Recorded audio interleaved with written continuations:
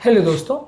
लकवे के पेशेंट्स में याददाश्त चली जाना या याददाश्त कम हो जाना एक इम्पॉर्टेंट समस्या है। अक्सर जब भी लोगों को छोटा या बड़ा लकवे का अटैक होता है, उनकी मेमोरी काफ़ी कॉम्प्रोमाइज़ हो जाती है पहले के कंपैरिजन में, और काफ़ी लोग डिमेंशिया के शिकार हो जाते हैं। आज कुछ यूज़फुल टिप्स हम आपको देंगे जिससे आप डिमेंशिया की प्रॉब्लम को या तो कम कर सकते हैं या कंट्रोल करने में आपकी कुछ मदद हो सकती है। इन सब चीज़ों को बात करेंगे क्योंकि लकवे के पेशेंट में बहुत सारे तरह के प्रॉब्लम्स होते हैं।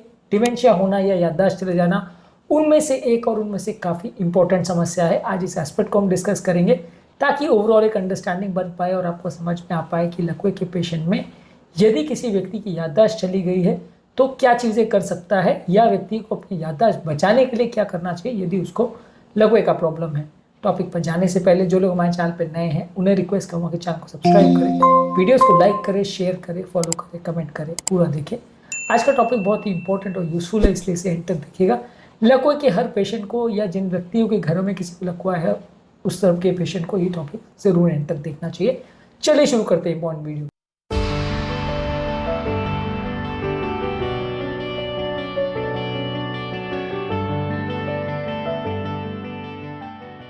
सबसे पहले तो देखिए, एक चीज़ समझ लीजिए कि अगर किसी व्यक्ति को डिमेंशिया हो गया या लकवे के पेशेंट में उसके दिमाग पर मेमोरी सेंटर्स पे कुछ अगर असर हुआ है तो वैसे व्यक्तियों के लिए कई बार अपनी डिमेंशिया या उस प्रॉब्लम्स को कंट्रोल करना अक्सर बड़ा मुश्किल हो जाता है, क्योंकि जो भी डैमेज होता है लकवे के पेशेंट में वो ज़्यादातर केस में परमानेंट होता है। इसलिए इस तरह के पेशेंट्स में कई बार चीज़ों को इम्प्रोवाइज़ करना बड़ा मुश्किल हो जाता है। एक बार यदि लकवा हो गया, ब्रेन में कुछ सिग्निफिकेंट डैमेज हो गया तो उसे इम्प्रूव करना थोड़ा मुश्किल हो जाता है। इसलिए ज़्यादातर आपको इस पर फोकस करना चाहिए कि जो रिस्क फैक्टर्स है जिनकी वजह से लकवा हुआ है उन पर आपको वर्क करना पड़ेगा ताकि दोबारा डैमेज ना हो। क्योंकि पहली बार तो लकवा हो गया, उसने कुछ हिस्सों का डैमेज कर दिया, दोबारा लकवा नहीं होना चाहिए। इसलिए कि आपको बीपी को, डायबिटीज़ को, कोलेस्ट्रॉल को या वैस्कुलर रिस्क फैक्टर्स जिसकी वजह से कोई व्यक्ति को बार बार क्लॉट हो रहा है, या कोई ऐसे कार्डियोवैस्कुलर रिदम प्रॉब्लम्स है जिसकी वजह से ब्रेन में बार बार क्लॉट आ रहा है, गले की नली में कोई चोक है, तो ये सारी चीज़ों को आपको वर्क करना पड़ेगा। क्योंकि ज़्यादातर ये डिमेंशिया जो है कई बार मल्टीपल लकवों की वजह से होता है, यानी एक बार में लकवा थोड़ा सा मेमोरी को ख़राब करता है, बार बार होने वाले लकवों की वजह से मेमोरी ज़्यादा खराब होती है। तो ऐसे केस में आपको मल्टीपल होने वाले लकवों से बचाना पड़ेगा। मान लीजिए एक बार लकवा हो गया, डायबिटीज़ की वजह से उसने कुछ हद तक ब्रेन का कुछ हिस्सा डैमेज कर दिया, बाकी दोबारा लकवा ना हो इसलिए आपको डायबिटीज़ को कंट्रोल करना पड़ेगा, ब्लड प्रेशर को कंट्रोल करना पड़ेगा, रिस्क फैक्टर्स को कंट्रोल करना पड़ेगा, जिससे कि ये स्ट्रोक की पॉसिबिलिटी कम हो जाती है। ये रिस्क फैक्टर्स को कंट्रोल करने से 100% गारंटी नहीं हो जाती कि दोबारा कभी कोई लकवा नहीं होगा, लेकिन एटलीस्ट आपको कुछ हद तक इसमें मदद मिल जाती है और ये आपकी ओवरऑल लकवा होने के चांसेस को कम करता है। इसके अलावा आपको लाइफस्टाइल मॉडिफिकेशन करना है जिसमें रेगुलर एक्सरसाइज करना है, हेल्दी डाइट लेना है, फल सब्जी वगैरह ज़्यादा लेना है, स्मोकिंग को बंद रखना है, वेट मैनेजमेंट प्रॉपर करना है, और कार्डियोवैस्कुलर हेल्थ को इम्प्रूव करने के लिए जो भी इंपॉर्टेंट पॉइंट्स हम डिस्कस करते हैं बहुत सारे लाइफस्टाइल रिलेटेड फैक्टर्स में, वो सारी चीज़ों को आपको फॉलो करना है। ये सारी ही चीज़ें लकवे की प्रॉब्लम को कम करने में मदद करेगी।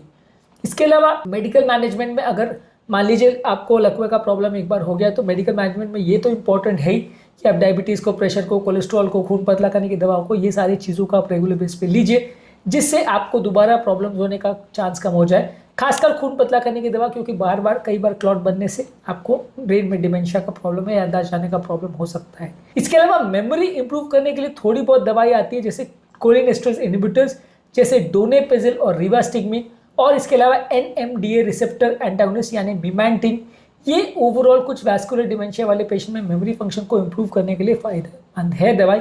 बहुत ज़्यादा फायदा नहीं होता और इनसे आप ये एक्सपेक्ट नहीं कर सकते कि यदि आपकी याददाश्त चली गई तो पूरी की पूरी लौट आएगी और आपका पूरा मेमोरी ठीक हो जाएगा, वैसी उम्मीद मत रखिए।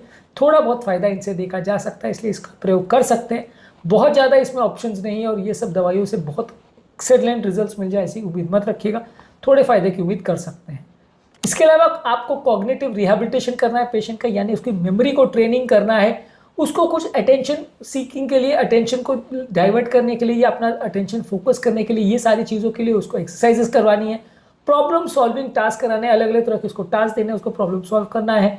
इसके अलावा कुछ कंपनसेटरी स्ट्रैटेजीज करना है। ये सारी चीज़ों से आपका ब्रेन का फंक्शन इंप्रूव होता है और ब्रेन ज़्यादा सोचने पर मजबूर होता है। ये जिस तरह से आप शरीर को बार बार एक्सरसाइज करते हैं तो आपकी मसल्स बनती है, उसी तरह से आप ब्रेन के बचे कुछ हिस्सों को बार बार एक्सरसाइज करेंगे तो थोड़ा मेमोरी फंक्शन इंप्रूव होगा और आदमी की सोचने समझने की क्षमता और डिसीजन लेने की क्षमता कुछ हद तक बेटर हो जाएगी। तो ये सारी चीज़ें आपकी मदद कर सकती है। ये सारी चीज़ों पर आपको रेगुलर बेस पे एक्सरसाइज करना है। ये भी स्ट्रोक के रिहैबिलिटेशन का पार्ट बनता है कि आप मेमोरी के लिए कैसे फंक्शन को इम्प्रूव करने के लिए मेहनत करें। इसके अलावा कॉग्निटिव रिहैबिलिटेशन का एक पूरा प्रोटोकॉल होता है, उसको फॉलो करिए। स्ट्रोक के बाद ये काफ़ी समय तक चलता है, जिससे लोगों का मेमोरी फंक्शन इंप्रूव होता है। इसके लिए डेडिकेटेड सेंटर्स होते हैं, जैसे स्ट्रोक रिहैबिलिटेशन सेंटर्स। ये सेंटर्स का आप सेवाएं ले सकते हैं, ये आपकी मदद करेंगे इस तरह की मेमोरी फंक्शन को इम्प्रूव करने में। यहाँ ट्रेन लोग होते हैं जो इस तरह की ट्रेनिंग पहले करे हुए होते हैं, उनको पता होता है किस तरह की चीज़ें लोग को करवा रही हैं, तो आपको एटलीस्ट वहाँ जाने से आइडिया मिल जाएगा कि क्या करना है। बाद में आप उस चीज़ों को घर पे अपने कर सकते हैं। इसके अलावा आपको रेगुलर फिजिकल एक्टिविटी करनी है, इससे भी ओवरऑल मेमोरी फंक्शन इंप्रूव होता है। और स्ट्रोक पेशेंट जिनको डिमेंशिया का प्रॉब्लम है, एक तो उनको दोबारा लगवाने का रिस्क कम हो जाता है, दूसरा ओवरऑल उनकी बॉडी में जो ऑक्सीडेटिव स्ट्रेस वगैरह कम हो जाता है, ब्लड सर्कुलेशन बेटर होता है। इसके अलावा एक्सरसाइज प्रोग्राम्स में आपको aerobic exercise, strength training exercise, flexibility improving exercise, balance exercise, ये सारी चीज़ें करनी चाहिए।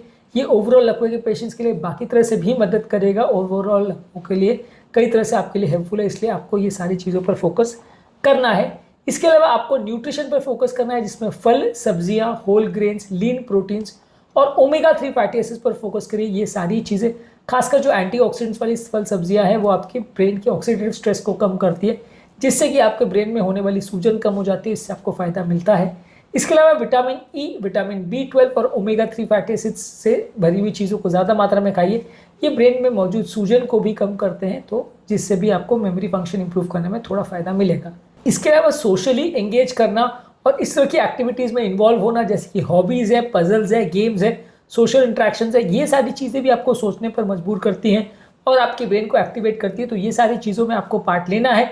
इसके अलावा कुछ स्ट्रक्चर्ड कॉग्निटिव स्टिमुलेशन प्रोग्राम्स होते हैं, जहाँ पे अलग अलग ट्रेनिंग ग्रुप्स में आपको ये सारी चीज़ें प्रैक्टिस कराई जाती है। ये ग्रुप्स को ज्वाइन करने से आपको सिग्निफिकेंट फ़ायदा मिलता है। देखिए, ऐसे कोई अगर आप रामबाण दवाई सोच रहे हैं कि एक दवाई और एक टैबलेट दे देंगे, इससे आपकी याददाश्त लौट आएगी और सब कुछ अच्छा हो जाएगा, तो देखिए ऐसी कोई दवा अवेलेबल नहीं है। ज़्यादातर लकवों के पेशेंट में जो भी इंप्रूवमेंट आता है वो फिजियोथेरेपी के माध्यम से, एक्सरसाइज के माध्यम से या इस तरह की ब्रेन की ट्रेनिंग एक्टिविटीज़ के माध्यम से ही आता है। तो इसलिए आपको ज़्यादातर इन सभी चीज़ों पर फोकस करना है और ये सारी चीज़ों से ही धीरे धीरे करके ज़्यादा फायदा होता है।